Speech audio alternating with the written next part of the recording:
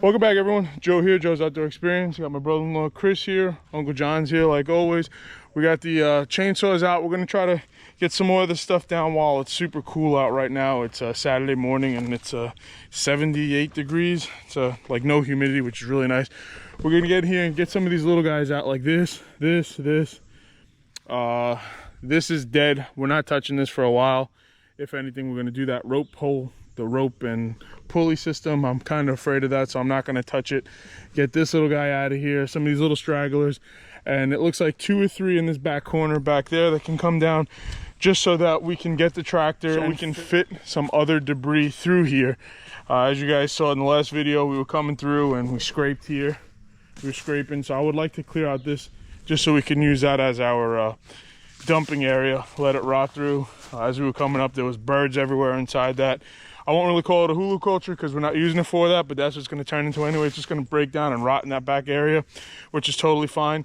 And it gives us a break from the deer actually coming through and off that. There's a flat back there, a flat cleared land. Have a break so that they are kind of forced to come down the hill into this future food plot here. So if you guys like this stuff, if you don't mind hitting that like button, it's right there. If you aren't subscribed, we'd love to have you back again. My name is Joe. We're clearing this out. There's about 2 acres that we're going to make into a future food plot.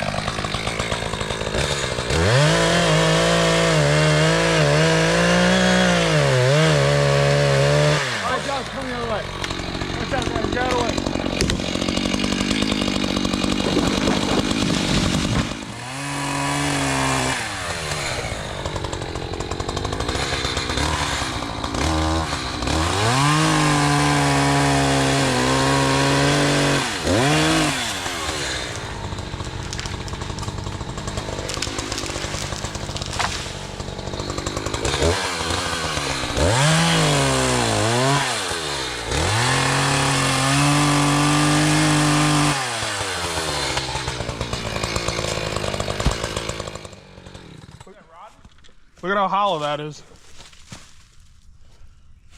I'm gonna start it up and hopefully drop it by Chris, all right? Okay. Chris, just watch yourself.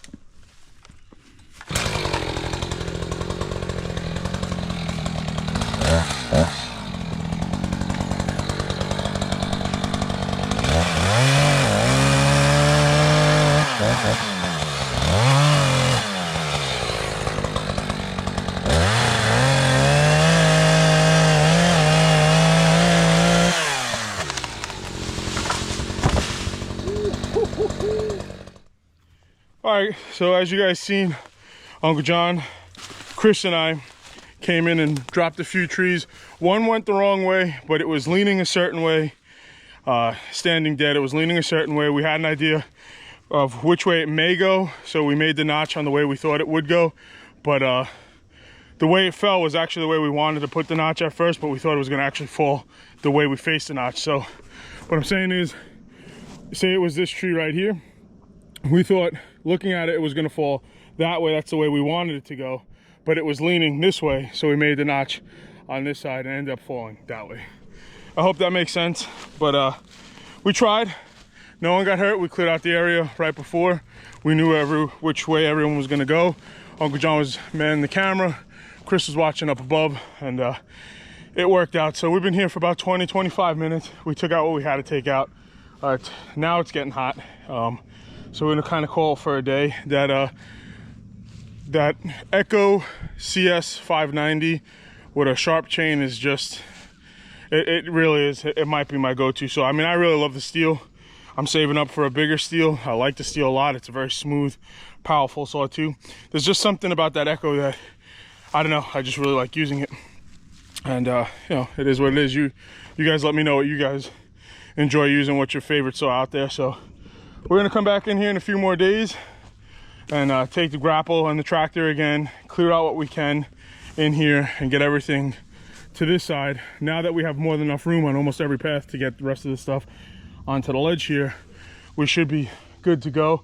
There's a few more smaller trees that we're definitely gonna be taking down in the next few weeks, but we just want a clearer area as we're working. This one is the only one that truly does scare me. Right in this area, that one really does, it bothers me a lot.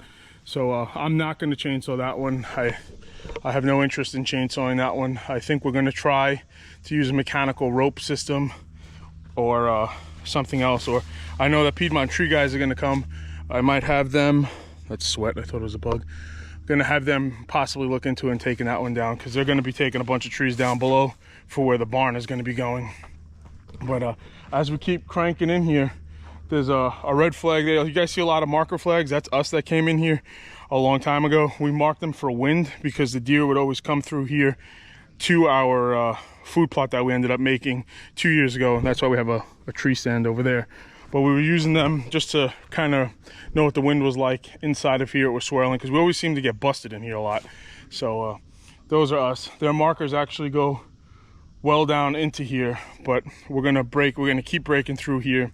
And then before we go behind me, we're gonna actually go this way and start connecting the food plot, because there's a lot of underbrush in here that we could really get out, and that would be a lot faster, especially with those Frisker snips, and get that out so that we could start coming in with the brush cutter and brush cut all this nonsense and rake it out and then work our way this way. But again, if you guys like this kind of stuff, if you don't mind hitting that like button, it's right there. My name is Joe. We are in North Carolina at my parents' 6-acre property. If you are not subscribed, we'd love to have you back. Please consider subscribing, and we'll see you guys on the next one. Thank you very much. Bye.